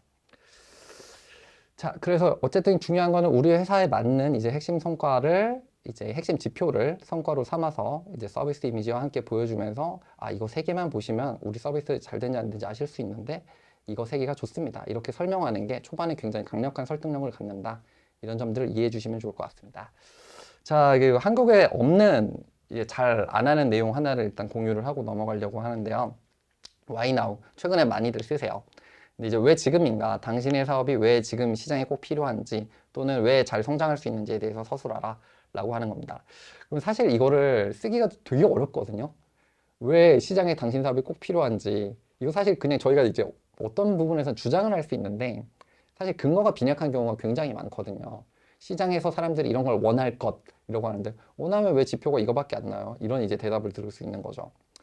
결국에는 그러면 여기서 한국에서는 그래서 이거를 당위성이라는 차원을 확보한다는 차원에서는 정말 잘 안 쓰게 되는데, 미국에서는 이 페이지를 또 하이라이트 중에 하나로 보는 경우가 굉장히 많습니다. 결국엔 투자자들한테 이래서 투자를 하라 라고 이제 꼬시는 내용이 되니까요. 그러면은 이제 잘하는 기업들은 어떻게 하는가 라고 봤을 때, 저는 이제 일반적으로 이 패턴을 좀 공유를 드리고 싶은데요. 여러분들이 이제 비즈니스를 하고 있는 시장의 시장 성장률과 시장 규모를 두 축으로 이제 삼은 다음에 시장을 네 개로 쪼개고 우리 회사가 어디에 있느냐에 따라서 우리 사업이 왜 잘 될 수 있다, 왜 투자해야 된다, 이런 내용들을 설득하실 수 있다. 이렇게 설명을 드릴 수 있겠습니다. 그러면 이제 왼쪽 하단 미스테리 마켓이라고 써놓은 부분부터 일단 설명을 한번 드려볼까요? 여기는 이제 시장 규모, 성장률도 작고 규모도 작아서 아무도 뭐가 뭔지 모르는 세상입니다. 그런데 갑자기 시장 성장률이 높아지면 니치 마켓인 거죠. 여기 사람들이 잘 모르는 이제 시장이 존재하는데, 시장 규모가 아직 크진 않지만 굉장히 급하게 성장을 하고 있어 라는 곳이고, 이제 시장 규모와 성장률이 다 좋으면 사람들이 이제 막, 와, 여기는 블루오션이다, 뭐 레드오션이라고도 표현하시는 분들도 굉장히 많은데, 경쟁이 치열할 때는. 그래서 근데 이제 여기서 이제 근거는 사실 블루오션이라고 주장을 하셔야 되기 때문에 블루오션이라고 일단 썼고요. 그리고 마지막은 시장 규모는 이제 어느 정도 이제 스테이블해졌는데 성장률은 이제 좀 정체된 케이스들, 그러면 이제 스타마켓이라고 표현할 수 있습니다. 자, 어쨌든 이런 네 가지 마켓이 있다고 쳤을 때 우리는 이 각각의 위치에서 어떻게 투자자들한테 왜 투자를 해야 되냐, 이 시장에 왜 우리가 성공할 수 있냐를 설명을 해볼 수 있을까라는 것들을 주장해 볼 수 있는데, 조금 더 쉽게 설명을 드리면요. 제가 흔하게 예를 들어서 설명드리면, 시장을 이해하기 쉽게 좀 더 공유드리면, 배달의 민족 생각해 보시면 좀 재밌을 것 같아요. 그래서 배달의 민족이라는 서비스가 처음 나왔대 라는 것들을 이제 시즌으로 돌아가 본다면, 처음 나왔대 그랬는데 중국집에서 어차피 전화하면 배달하는 거 아니야? 그게 시장성이 있어? 사람들이 쓸까? 아무도 모르겠는 거죠. 그러니까 처음엔 당연히 미스터리 마켓일 겁니다. 그런데 이제 막 판교나 강남 뭐 이런 데서 갑자기 사람들이 많이 쓰기 시작을 했어요. 그래서 뭐 콜수가 하루에 뭐 10,000개래, 20,000개래, 50,000개래. 그래서 배달 민족이 너무 잘 된대. 이런 얘기들은 막 나옵니다. 근데 이제 시장 규모가 얼마나까지 상승할지는 아직은 잘 모르겠어요. 근데 이 회사는 너무 잘 크고 있고, 이런 관련된 업을 하면은 되게 잘 될 것 같다. 시장 성장률은 좋다. 이런 이제 상황들이 이제 연출이 되죠. 그런데 이제 이거 되게 잘 된다 이러면서 이제 경쟁자도 나타나고 그 굉장히 많은 신규 업체들도 생겨나면은 시장 규모도 커지고 당연히 성장률도 굉장히 높은 이제 시장인 거죠. 여기에서는 이제 경쟁자가 굉장히 많이 등장을 하고 뭐 배달통이나 이제 요기요나 뭐 우버이츠나 이런 회사들이 끼어든 상황이라고 이해를 하실 수 있을 것 같습니다. 마지막으로 스타마켓은 이제 그 실제로 배달 시장은 뭐 예를 들어 한 50조더라 대한민국은. 그래서 50조에서 크게 늘지도 크게 줄지도 않을 것 같다, 예를 들어 이런 식으로 이제 결정이 난 이제 상황인 거고, 여기서는 누가 독점 사업자가 되냐, 누가 스타인가, 이런 것들이 굉장히 중요해진다라고 볼 수 있을 것 같습니다. 자, 그러면 여러분들 잠깐 생각을 한번 해보시겠어요? 우리 회사는 어떤 영역에 있을까를 한번 고민을 해보시면 좋을 것 같습니다. 그러면 이제 두 가지를 생각을 하셔야 되죠. 성장률이 몇 프로부터 높다고 주장을 할 수 있을까? 시장 규모는 얼마 이상부터 좋다고 할 수 있을까? 라는 것들을 생각을 하실 수 있게 되죠. 고민이 되실 거예요. 그래서 사실 성장률은 우리 또 스타트업 대표님들은 또 화끈하시기 때문에 대부분 뭐 20, 30%는 그래도 있어 높아야 되지 않냐, 이런 식으로 말씀들 많이 하세요. 근데 이제 그 전통 시장을 조금 예로 들어 보면은 실제 전통 시장이 아니라 그 트래디셔널 마켓을 좀 예로 들어 보면은 그, 그 건강기능식품 시장을 보면요, 사실은 연에 한 7% 정도씩 성장을 하는데 지금 시장 규모가 6조에서 7조 사이거든요. 그리고 너무 다들 투자를 하고 싶어 하고 이제 M&A를 하고 싶어 하는 굉장히 좋은 시장이에요. 그래서 이제 사모펀드들도 많이들 이제 찾아다니고 인수를 하고 싶어서 이런 시장인데, 이 시장에서 이런 매력적인 시장도 7%를 성장률이 나쁘지 않다 이렇게 보고 있고, 그리고 일반적으로 이제 6조, 7조다 이런 시장 규모도 좀 좋다 이렇게 생각을 하거든요. 자, 그러면은 이제 이 정도 선은 좀 괜찮다라는 건 알겠고, 그러면 이제 일반적으로 우리가 성장률이란 기준으로 봤을 때 여러분들 제일 많이 보시는 지표가 뭘까라고 고민해 보면은 언론이나 미디어를 통해서 사실은 국가들이 뭐 GDP 성장률 이런 것들을 되게 많이 보실 거예요. 근데 대부분 사실은 그게 5% 이내거든요. 사실은. 그래서 사실은 5% 이상 되면은 조금 준수하게 시작하거나 성장하고 있는 마켓이라고 일단은 보실 수는 있을 것 같아요. 근데 진짜 없던 시장에서 새로운 게 생겨나면 막 이제 막 진짜 100%, 200% 성장을 하지만, 실제로는 여러분들이 있는 시장을 조금 더 거시적으로 보면은 대부분 큰 시장일 텐데, 이 시장 자체가 뭐 5%, 6%, 7% 성장하면 일단 성장을 잘하는 시장, 연달아서 이렇게 성장하고 있으면 그렇게 생각을 하실 수는 있을 것 같습니다. 자, 시장 규모라는 기준으로 봤을 때 이거는 여러분들이 그 유니콘이라는 단어를 좀 생각을 해보시면 좋을 것 같은데, 그 투자자들이 투자를 했을 때 이 기업이 진짜 넥스트 유니콘이 될 수 있을까, 이런 생각들을 해볼 수 있겠죠. 그래서 이제 유니콘 기업에 대한 이제 가치는 얼마인가라고 보면은 이제 한국에서는 사실 1조라고 생각을 많이 하시는데, 사실 유니콘 기준이 이제 미국 이제 달러 기준이라서 1조 한 2천억 원, 3천억 원 이 정도 되겠죠. 근데 만약에 우리가 어떤 회사가 시장에서 독점적인 지위를 갖고 있다라고 생각을 해보면, 예를 들어 시장의 절반 정도는 이제 차지를 하고 있을 텐데, 그러면은 이제 유니콘이 된 기업이 시장의 절반을 차지하고 있다라고 하면은 실제로 시장 크기는 1.2조의 2배 되는 2.4조 원 정도일 겁니다. 그래서 역으로 생각을 해보면, 이런 식으로 역으로 생각을 해보면 시장 단위가 그래도 2조에서 3조 정도 나오기 시작하면 유니콘들이 좀 나올 수 있는 이제 환경이다, 이렇게 또 예상을 해볼 수도 있을 것 같아요. 자, 그래서 좀 아쉬운 거는 사실은 좀 조 단위는 가야 된다, 사실 이런 말씀을 드리고 싶고, 특히나 그 미국에서 사업하면 굉장히 좋은 점이 하나가 있거든요. 미국에서는 어떠한 영역을 가더라도 시장이 너무 커서 조 단위가 나옵니다.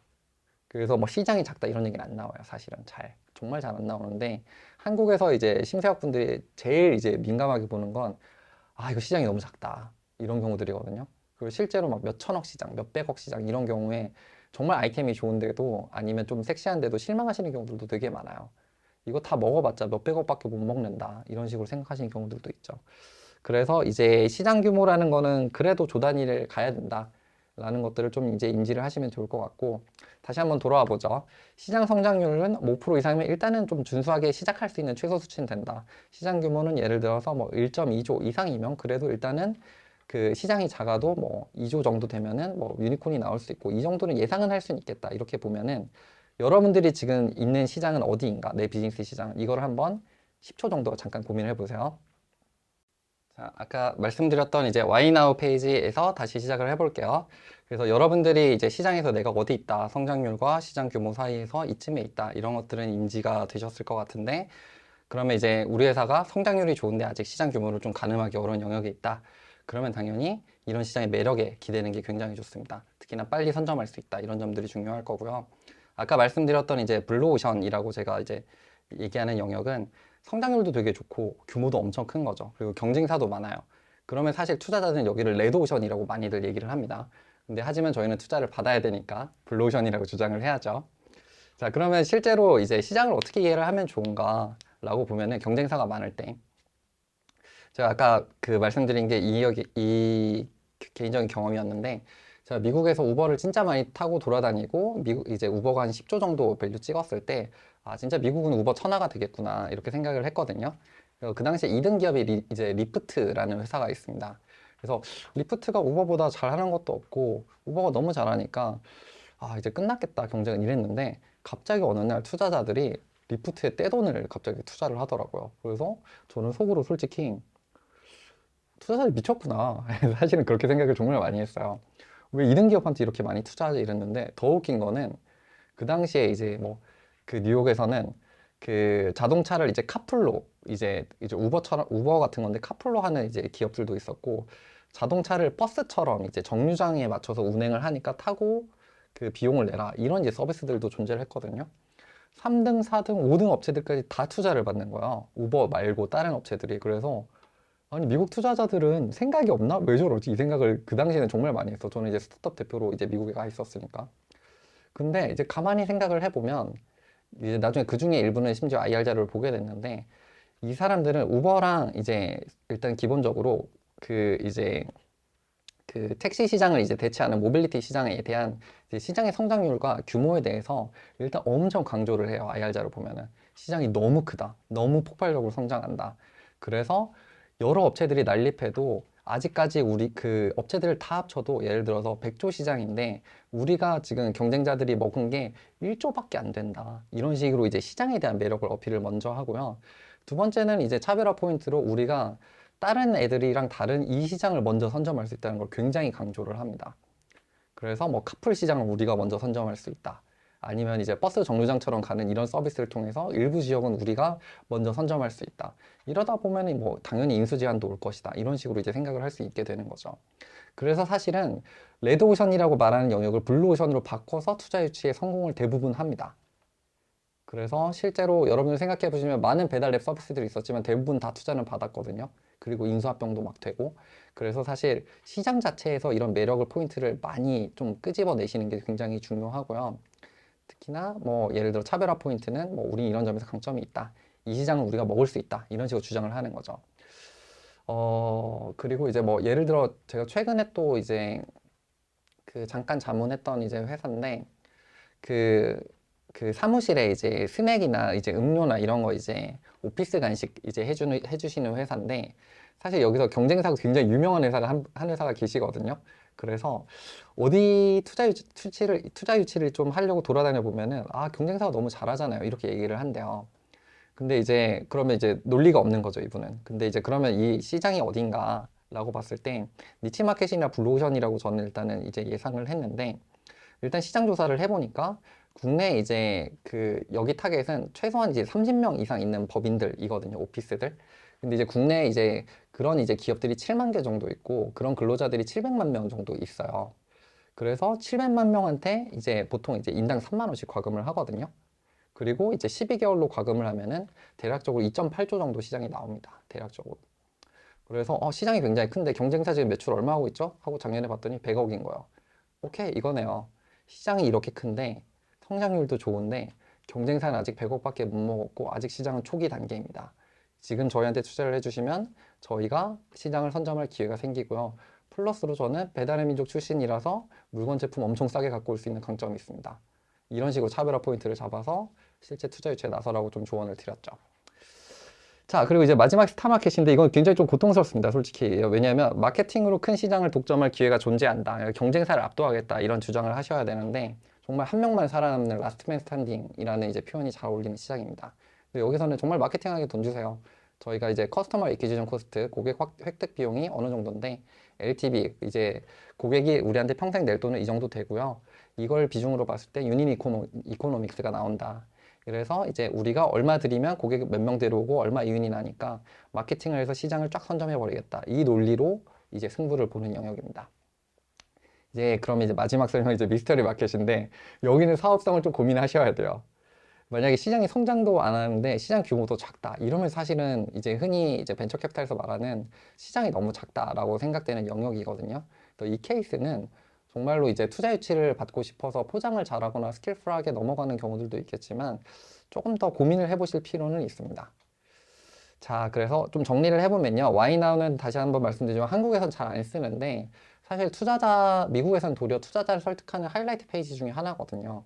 그래서 왜 지금 나한테 투자를 하면 좋은지에 대해서 설명하는 페이지고, 만약에 이 내용을 표현을 잘 하려면 시장에 대해서 얘기를 하는 게 굉장히 중요하다. 그리고 이런 이제 템플릿처럼 시장 상황에 맞춰서 우리 회사한테 이런 기회가 있으니 빨리 투자하셔라.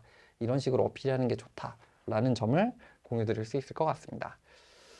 자, 그리고 이제 흔히들 많이들 쓰시고 그리고 많이 틀리는 이제 마켓에 대한 이제 얘기를 좀 진행해 볼 겁니다.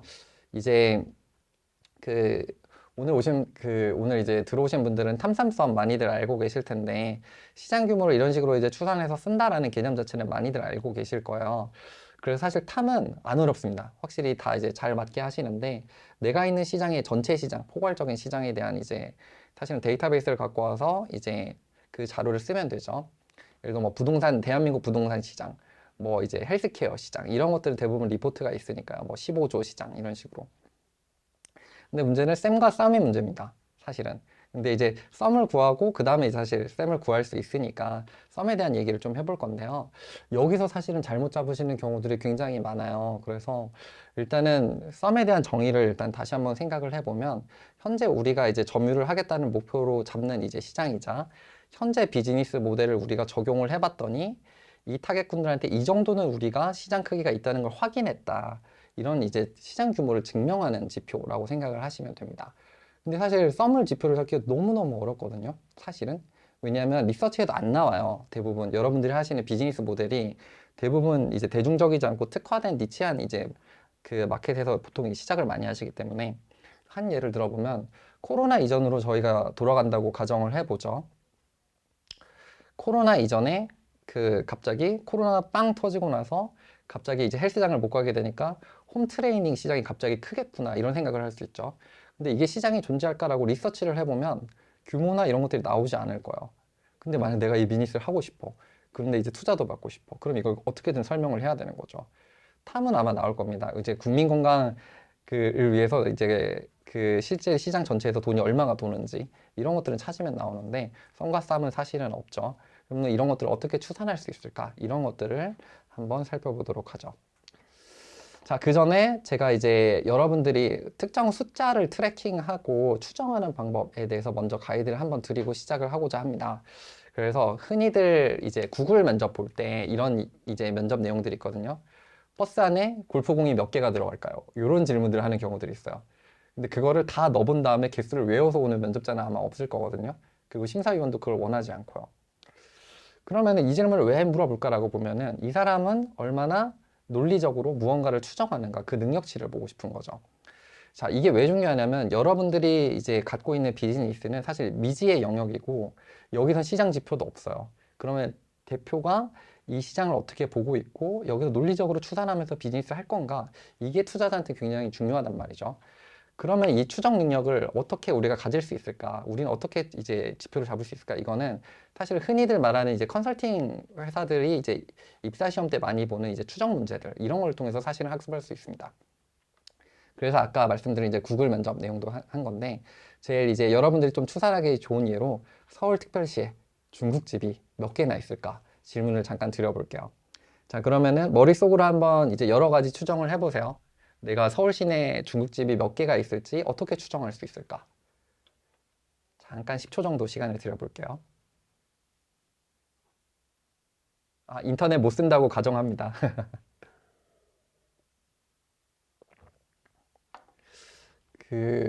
사실 이거는 뭐 인터넷 검색을 하면은 나오겠죠. 정확하게 몇 개 정도가 있다라고 나올 텐데, 만약에 그런 이제 정보가 없다면은 사실은 이제 추산하는 방법은 이런 식으로도 해볼 수 있을 것 같아요.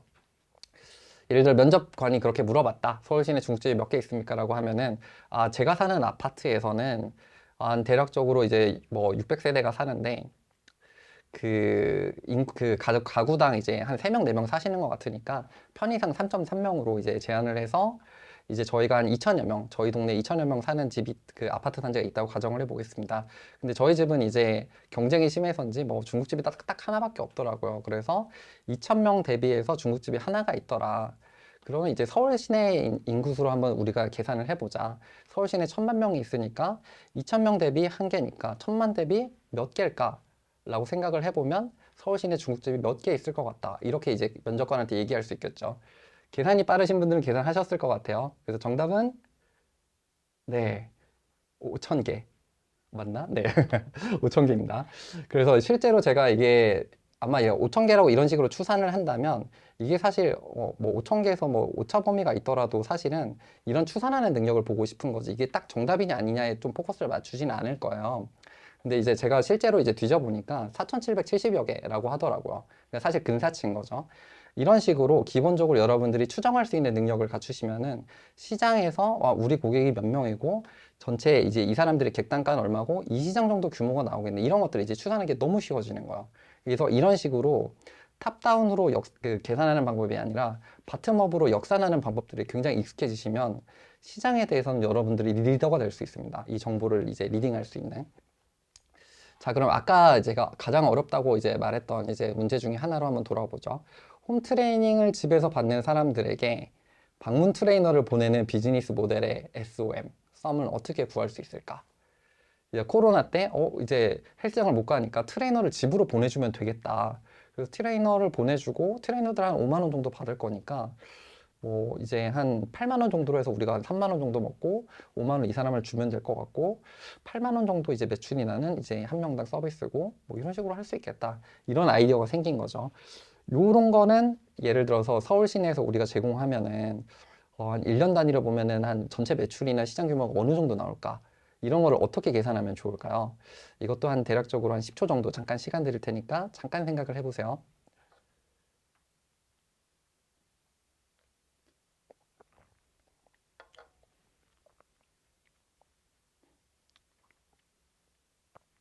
사실은 이제 이런 내용들을 이제 보통 제가 강의할 때는 모셔다 놓고 대표님들을 서로 비즈니스를 공유한 다음에 서로 거를 해보라고 하세요. 그러면 이제 좀 재밌는 거는 여러분들 잘 아시겠지만 내 건 너무 어려운데 남의 건 너무 쉽거든요. 남의 거 봐주면서 이제 짜다 보면 너무 익숙해져요. 그러다 보면 이런 계산이 굉장히 익숙해지는데 예를 들어 누가 이런 비즈니스를 하러 왔다 그랬을 때 그러면 시장 이런 사람들이 몇 명이나 있을까? 얼마나 낼까? 이러면 사실은 추산하기 굉장히 어렵습니다. 특히나 이제 탑다운으로 이제 정보를 이제 우리가 쪼개려고 노력을 하는 게 익숙하기 때문에 배운 사람일수록 사실 그래요. 그래서 뭐 예를 들어서 서울 시내에서 이제 헬스장 다니는 사람들이 몇 명이 있는데 그 사람들 중에 그 PT를 받는 사람이 몇 명이고 그래서 이 사람들이 얼마씩 내면서 쓸 것 같다. 이렇게 추산하는 게 솔직히 일반적일 건데 문제는 이 사람들이 홈 트레이닝을 할 거라는 가정 논리는 깨지거든요. 사실은 여기서. 그래서 우리는 이런 식으로 추산하면 안 되고요. 실제로 우리가 허슬하면서 얻은 결과들을 제시하면서 가는 게 좋습니다. 자, 예를 들어 보면요. 예를 들어 이제 스타트업들이 저희가 강남에서 1만 명한테 전단지를 열심히 뿌려봤어요. 그 홈트를 받아보라고. 그랬더니 1만 명한테 뿌렸더니 100명이 유료 고객으로 전환이 됐는데 그 한 사람당 8만 원짜리 PT를 2번씩 받더라고요. 그래서 이걸 생각을 해보니까 서울 시내 인구한테 다 전단지를 뿌려본다. 그렇게 생각을 해보면 예상되는 유료 고객 수는 서울 시내 한 10만 명 정도 있을 것 같다. 1,000만 명 중에 10만 명? 뭐 시드로서 일단 시작은 할 수 있다. 오케이. 그러면 이제 10만 명의 유료 고객 수가 이제 월마다 16만 원씩 낸다고 가정을 했을 때 월간 최대 매출은 그럼 당연히 160억 원이거든요. 그럼 160억 원 곱하기 12, 1년 단위로 가면 썸은 1,920억 원이 나옵니다. 우리가 있는 최초 시장의 시장 규모는 1,920억 원이다. 이렇게 주장할 수 있는 거죠. 근데 만약에 우리가 필라테스나 요가나 이런 사람들까지 이제 보낼 거고 그리고 이제 뭐 제품들까지 팔겠다. 예를 들어 이런 식으로 확장을 하겠다. 그러면은 이제 쌤은 뭐 한 5천억 원 정도가 될 것 같다. 1조 정도 될 것 같다. 이런 식으로 이제 확장할 수 있는 거죠. 자, 이제 다시 한번 말씀드리지만 탐삼썸은 사실 특히나 썸 구하는 게 정말 어려운데 탑다운으로 하지 마시고 내가 이제 들고 있는 고객들을 기반으로 해서 확장한다라고 이제 생각을 하세요. 역산한다고 생각을 하시고요. 그리고 1년 단위로 봤을 때 이 사람들이 낼 수 있는 최대 매출, 최대 고객 수 이런 것들을 곱해서 추산한다. 이렇게 생각을 하시면 되겠습니다. 자, 그래서 이게 규모가 너무 커도 문제고 너무 작아도 문제거든요, 사실은. 너무 크면은 사실은 속된 말로 뻥카 같고요. 너무 작으면은 아, 이거 시장이 얼마 안 되는데 여기서 이렇게까지 고생하고 일할 필요가 있나? 투자 가치가 있을까? 이렇게 생각을 할 수 있고요. 그래서 사실은 이 지표를 구하는 거는 여러분들이 비즈니스를 이해하는 데도 굉장히 도움이 됩니다. 만약에 내가 이제 구해봤는데 너무 작다. 그러면은 이제 그 사업성이 적은 거, 그러니까 비즈니스 모델이 약하거나 사업성이 적거나 아니면 시장 자체가 작거나 이런 고민들로 이어질 건데, 그러면 여러분들이 고민을 통해서 뭐 피벗을 하든 BM을 바꾸든 이제 이런 식으로 비즈니스를 좀 경영을 이제 바꾸실 수 있을 테니까요. 그래서 이제 탐삼섬이라는 차원에서는 이런 것들을 역산하셔야 된다. 이런 것들을 공유 드릴 수 있을 것 같습니다. 그리고 이제 네, 컴페티션과 알터네이티브, 이거는 사실은 굉장히 일반적인 내용이에요. 그래서 이제 당신의 직접적, 간접적 경쟁자는 누구이며 그들과의 경쟁에서 이기기 위한 계획을 설명해봐라, 이런 내용인데, 뭐 사실은 이거는 좀 뻔하긴 합니다. 대부분 이제 OX로 표현도 많이들 하시고 경쟁사 안 좋은 내용들 많이 쓰고 이제 자사 좋은 내용 많이 쓰죠. 그래서 여기에서 조금 이제 저희가 주의하거나 좀 보태면 좋을 점은, 일단은 핵심 지표 자체는 통일을 시켜놓으면 굉장히 좋아요. 앞서 말씀드린 것처럼 우리 회사가 잘 되는지 안 되는지 이 세 가지를 보면 된다 이랬는데, 경쟁사에 비해서 예를 들어서 우리가 그 핵심 지표가 안 좋아요. 예를 들어서. 근데 그렇다고 해서 다른 지표들을 이 페이지에서 보여준다? 그러면 논리가 안 맞죠. 왜 중요하다는 지표 말고 너한테 유리한 지표만 보여주냐? 이런 말을 듣게 되는 거죠, 투자자한테. 그래서 이거는 좋은 방법은 아니고요. 그 핵심 지표를 기본적으로 일치시키는 게 좋고, 예를 들어서 그 핵심 지표들 중에 우리가 뒤처지는 부분이 있으면 우리가 다른 부분에서 경쟁 우위가 있거나 차별화 포인트가 있거나 이거를 전복시키거나 이제 우리가 우위를 점할 만한 계획이 있다, 이런 것들을 보충하면 됩니다. 참고로 이제 많이들 말씀하시는 건데, 약점을 공개하는 게 도움이 될까 문제가 될까 라는 이제 질문들도 많이 하시는데, 사실은 정답은 없어요, 기본적으로. 하지만 사실 초기 스타트업이면 도리어 시장을 열심히 이제 디깅하고 파헤쳐 보면서 우리가 실제로는 이런 약점과 강점을 있다고 약점을 드러내는 게 도리어 더 솔직하고 공격적이고 좋은 팀으로 보이고요. 큰 회사인 경우는 사실은 약점은 당연히 드러나게 될 건데, 경쟁사들이랑 뭐 규모도 크고 막 이렇게 싸우는 상황일 테니까, 큰 투자 단계에서는. 근데 그런 과정에서 우리가 강점에 집중을 하고 약점은 최소한 이상으로 커버할 노력이나 계획이 있다, 이런 이제 백업 플랜 같은 것들을 보충하면서 설명을 하는 게 일반적인 것 같습니다. 자, 그래서 뭐 모든 지표에서 이길 필요는 없고요. 그리고 가장 좋은 경쟁 이제 우위를 점하는 방법은 사실은 경쟁을 피하는 거죠. 그래서 차별화 포인트가 강하다면은 사실 차별화 포인트의 강점을 둬서 이 페이지에서 논리적으로 우리가 이겨나간다라는 계획을 가지시면 좋을 것 같습니다. 자, 비즈니스 모델. 이건 사실 굉장히 굉장히 쉽습니다. 그래서 이것도 마찬가지로 수업할 때 사실은 서로 걸 그려보라고 말씀을 드려요. 서로 이제 비즈니스에 대해 설명을 하고 서로 걸 그려보라고 하는데, 일반적으로 표현하는 가장 쉬운 방법은요, 타원형 세 개를 긋고 이제 그 플로우를 결국 그리는 겁니다. 그래서 사실 여러분들의 비즈니스는 어떠한 비즈니스든 간에 대부분 플랫폼 형태세요. 거의 대부분 플랫폼 형태고요. 공급자와 수요자가 대체로 존재합니다. 여러분들이 중간에 계실 거고, 공급자한테 뭔가를 받아서 수요자한테 제공을 하는데, 수요자한테 대가를 받아서 공급자한테도 쉐어하고, 우리도 일부를 가져가고, 다시 수요자한테는 어떤 것들을 돌려주거나 안 돌려주거나, 이런 식으로 이제 발전을 하죠. 자, 그래서 이 구조는 되게 깔끔하게 뽑고 어디서 이제 매출이 들어오는지를 이제 포커스를 보여주는 게 중요한데요. 플러스로 여러분들이 비즈니스 모델 강점이 있다면 그런 것들을 쓰시는 것들도 굉장히 굉장히 좋습니다. 예를 들어서 우리는 뭐 공급자랑 수요자 사이에 원래 이 비즈니스는 마케팅이 되게 중요한데, 우리는 되게 이제 비즈니스 모델을 잘 짜서 마케팅 없이 도리어 돈을 벌면서 이 사용자를 모으는 이제 측면이 있다. BM 쪽에서 이런 것들을 서술하실 수도 있고요.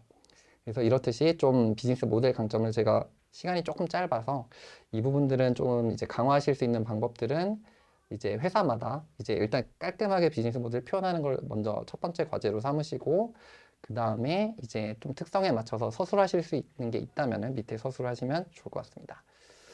자, 이거 팀 같은 경우는 정말 자유롭게 하시면 돼요.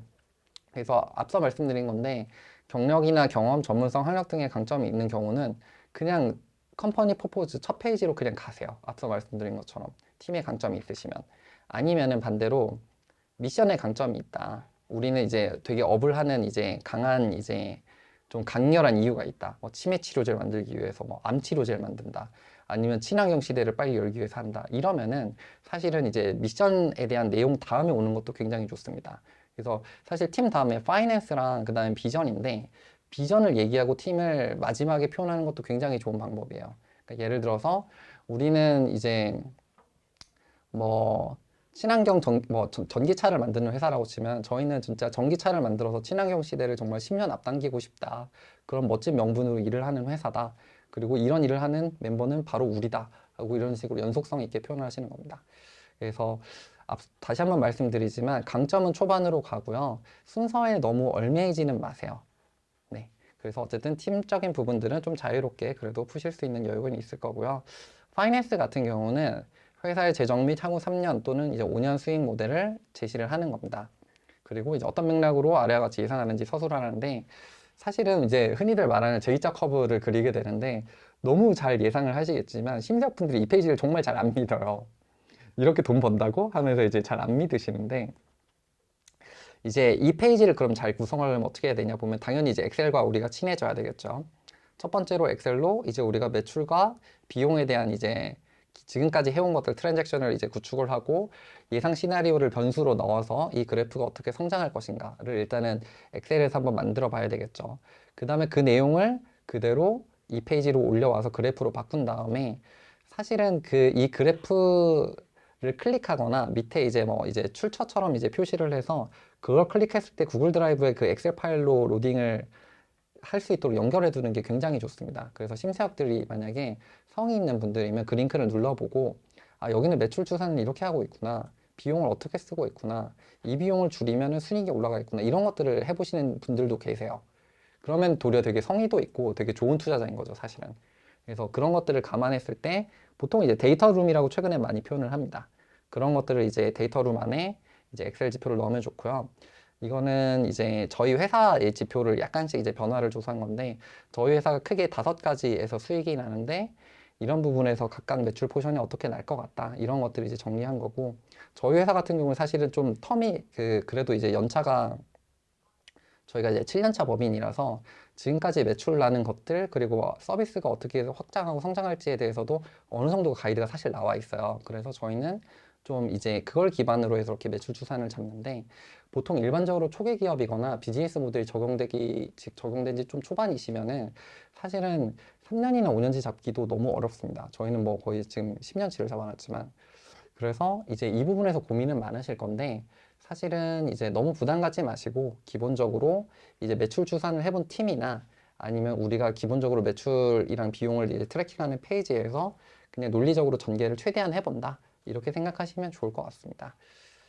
자, 근데 이제 주의하실 점은 예를 들어서 막 5년 후에 예를 들어 우리는 10억 벌겠다. 이러면은 사실 투자자들이 투자하기 너무 힘들 거예요. 솔직하게. 그래서 예를 들어 5년 후 매출이 그래도 어느 정도 규모는 나야 될 거고요. 만약에 그렇지 않으면은 사실 최근 투자 시장에서 엄청 좀 많이 까이겠죠, 사실은. 그 이유 중에 하나가 예전에는 그 여러분들이 이제 창업을 하시는 이제 시기를 제가 대략적으로 가늠을 예상을 해보면은 뭐 그래도 최근 한 이제 뭐 1년 차부터 한 7, 8년 차까지 계실 것 같은데 여러분들이 이제 보고 자란 이제 CEO 세대들을 보면은 뭐 마크 주커버그든 뭐 제프 베조스든 뭐 스티브 잡스든 이런 사람들 생각해 보면은 예를 들어 사용자를 엄청 많이 모은 다음에 뭐 카카오톡도 마찬가지고요. 사용자를 엄청 많이 모으고 나중에 비즈니스 모델을 겨우겨우 구현해서 마지막에 대박이 난 경우들이 굉장히 많거든요. 그래서 사실은 벤처 캐피탈들도 이런 거에 굉장히 익숙했었습니다. 사용자를 많이 모으고 BM은 나중에 만들고 그래도 돼. 일단 성장해. 근데 최근에는 완전 반대거든요. 작더라도 무조건 매출을 내보고 이 사이클을 얼마나 확장할 수 있는지 알려주면 그 돈을 줄게.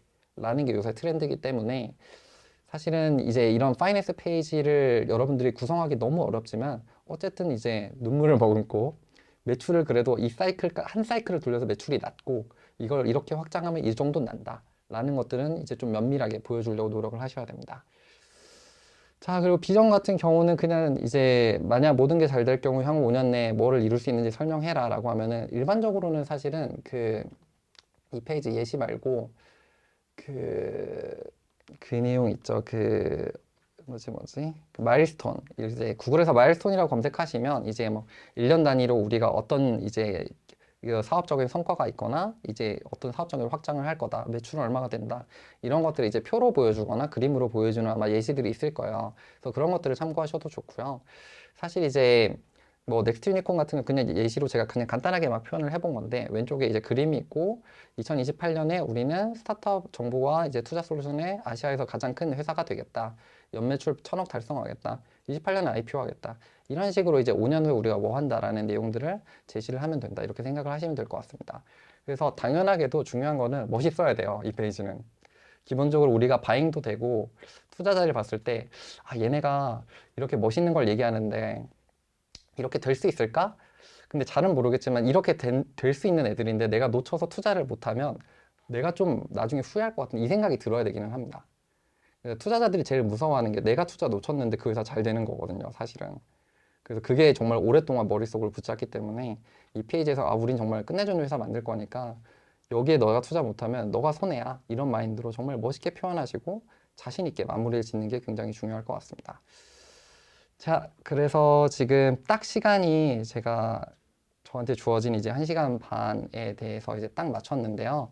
앞서 말씀드렸던 것처럼 이제 스퀘어 캐피탈 덱 기반으로 해서 여러분들이 쓰실 수 있는 IR 작성 방법들을 공유를 드렸습니다.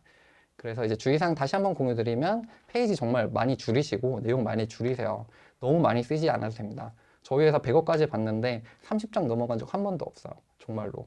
그리고 다른 회사들도, 제 주변 회사들도 제가 IR자로 봐줄 때 대부분 많은 회사들도 30장 이내로 줄였습니다. 그리고 페이지의 내용도 정말 적고요. 그리고 트렌드는 아까 말씀드린 것처럼 강점을 초반에 제시하는 것, 이렇게 이해를 해주시면 좋을 것 같고요.